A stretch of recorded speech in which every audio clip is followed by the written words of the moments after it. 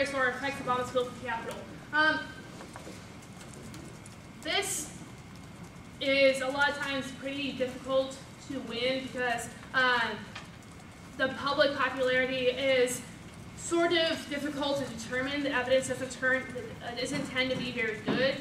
There's also questions of whether or not the public really matters in terms of how people are going to vote.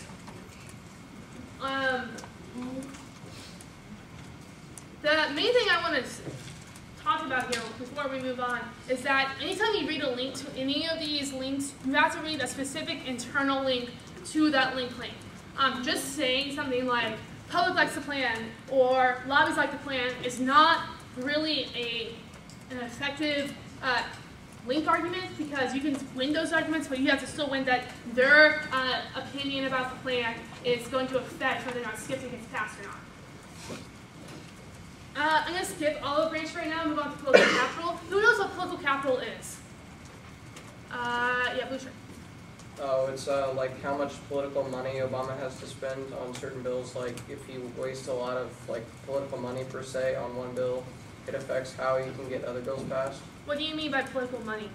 I guess like popularity. Like if you waste like all this time passing one bill, you won't get to pass other bills, I guess. It's almost there. Political capital is, I like the way you put it, political money. It's the ability for Obama to sway votes in Congress. It's kind of like his persuasion factor, but it's a little more difficult or complicated than that. There's also a question, which I'll talk about in the theory part, is that there's two different theories that surround political capital.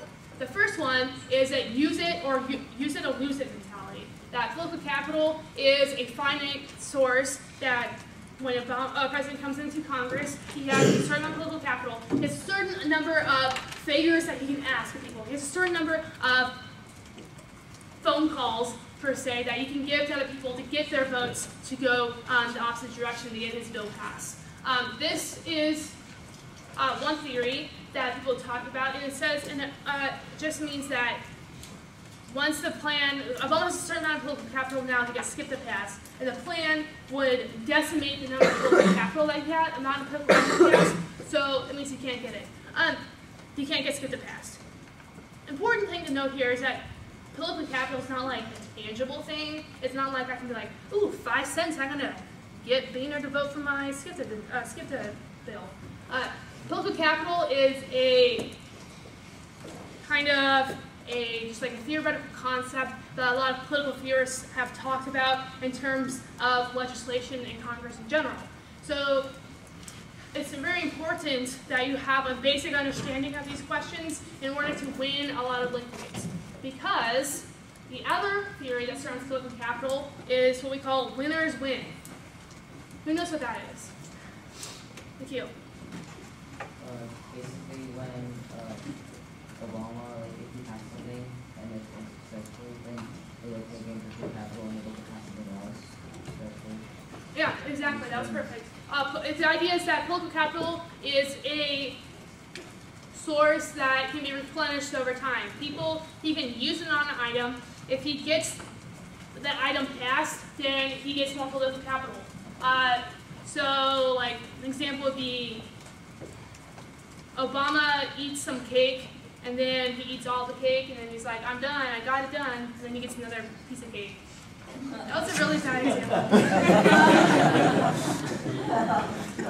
but you get kind of the background of what I'm trying to say, that once you get something done, you're like, good job, and then people are going to listen to him again.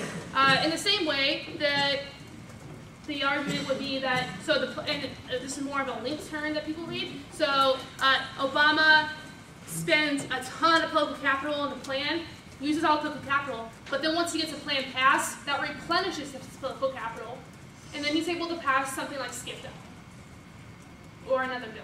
I'm just using SKIPTA for my example.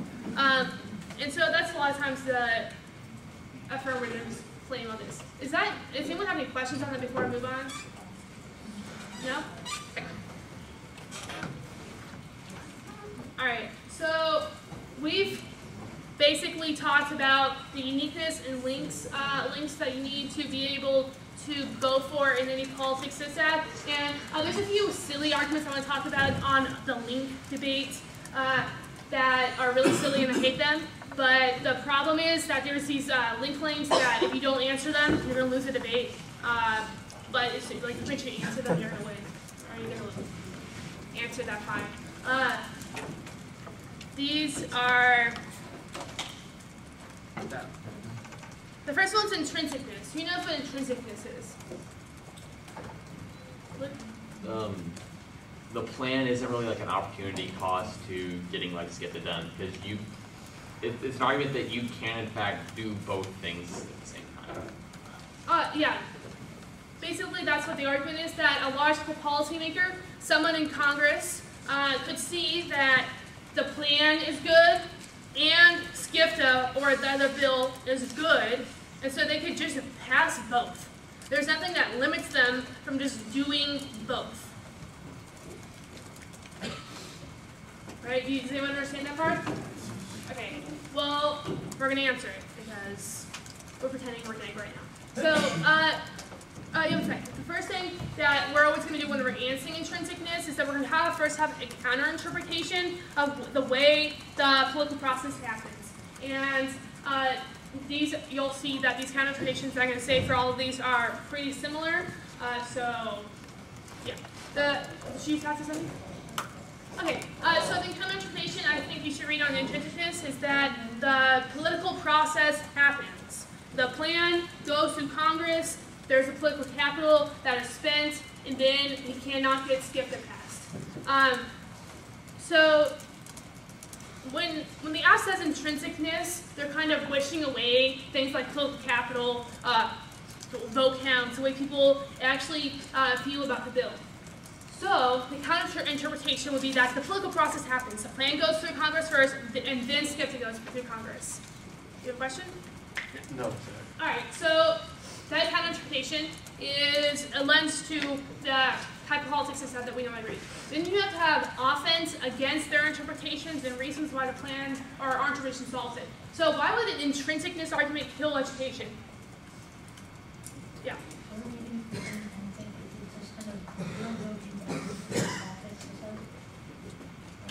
I didn't hear you quite, but I think you said something like destroys our ability to have education about the political process. If we just wish away certain things to get passed through Congress, we don't ever learn about the way that political capital is implicated, the way that people end up voting, how lobbies or have a large role in the way that the political process goes down.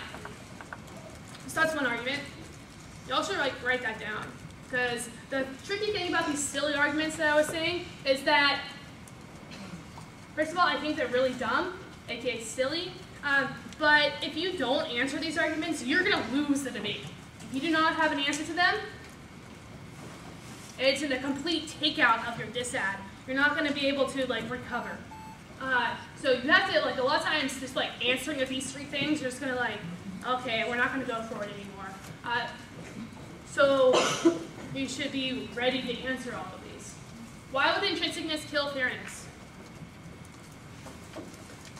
Yeah, Andre? Because they can just do intrinsicness and then that's why that's Sorry, what?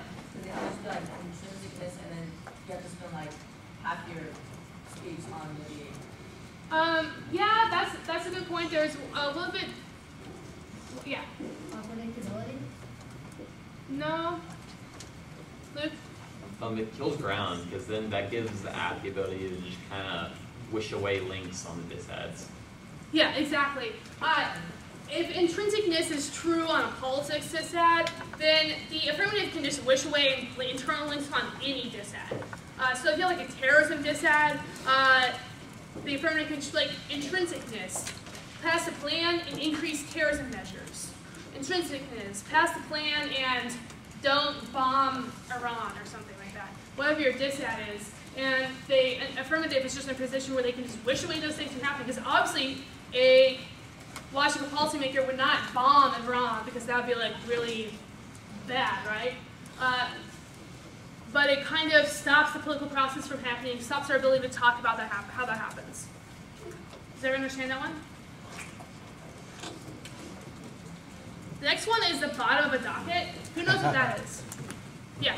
They're arguing that the plan is going to be at the bottom of the docket, so it's going to be debated in legislation, Congress before like something like SCIFTA is. So that means that SCIFTA would pass with no like conflict with the plan.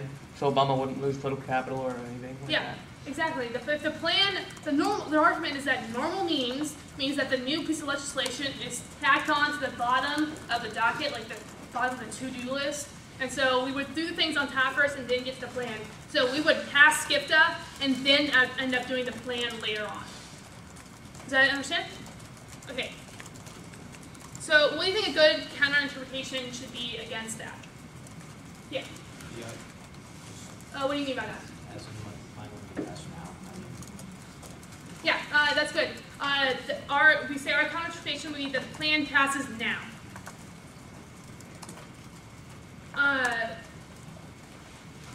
The tricky thing that a lot of times people like drop is a 2NC counter plan, which would be to do the plan now. If the plan happens after like this long, lengthy list of other things in Congress, and the plan's at the bottom, that's like a really long time on the to-do list, like 1 or 2 years. Like, really, there's a lot of things that on the congressional to-do list that we never end up actually talking about. So you can do the kind of plan to do the plan now, and there's not really net benefit besides the fact that the plan happens quicker. But you know, that will kind of make them not be willing to go for it. Why would bottom of the docket kill fairness?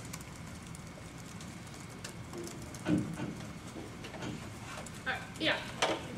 Makes all the neg arguments similar, and then like as in the consensus that after just say everything that's gonna happen later, not now. Yeah. Brett, I'm sorry, I forgot to do it. This is running all this Yeah. myself. Okay. Yeah. What'd you say? Yeah. Excuse time frame. Yeah, it skews time frame. It makes it impossible for the negative to get like perception-based arguments, but pretty much get any link to any dissat because they can just argue, oh, actually the plan passes in like 2 years, so your dissat so never happened. Ooh yeah. Not really good argument, but it also kind of kills the ability for the negative to get any sort of dissat. Yeah. And you also use that as kind of like a impact term, like their impact term, they actually pass the plan. That's not really an impact term, but it's a good argument that that means that the advantages happen before the plan can pass it. There's a lot of reasons why this is like a really bad argument that you ask doesn't really want to make. But just we're answering on the negative. Obviously, if they ask as the plan's at the bottom of the docket, then there's a lot of time frame for impact, so you end up not really having the ability to outweigh this ad. But then affirmatives make this argument all the time. So that's a really good point that you just made. Another argument you can talk about is just like politics disads are good. If we don't get to talk about how the plan implicates things and other things in Congress, that really decimates our ability to talk about politics disads. Why are politics disads good? Yeah. They promote education. How? We get to learn about the political process. Yep. We get education about the political process. Yeah? Two birds with one stone. You learn about two policies like in one round, I guess. Okay, yeah. We get to talk about how pieces of legislation implicate each other, why they're good, why they're bad. Did you have something? Well, like the effect two policies have on each other in like the political process. Yeah, exactly. There you go. All right. Are there any questions on bottom of the docket? Yeah. Well, could you make the argument that like, SCIFTA is at the top of the docket, so the plan isn't really at the bottom, but SCIFTA will get passed before the plan does? Yeah, that's what the affirmative argument would be. Our counter-interpretation would be the plan is that fiat means that the plan passes now.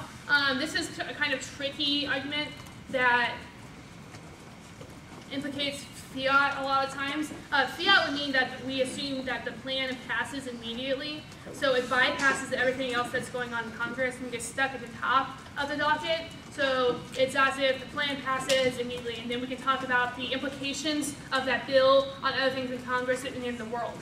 So if the evolution of fiat, a kind of spare you right now on that. You can talk to your law leaders about that. But the evolution of fiat has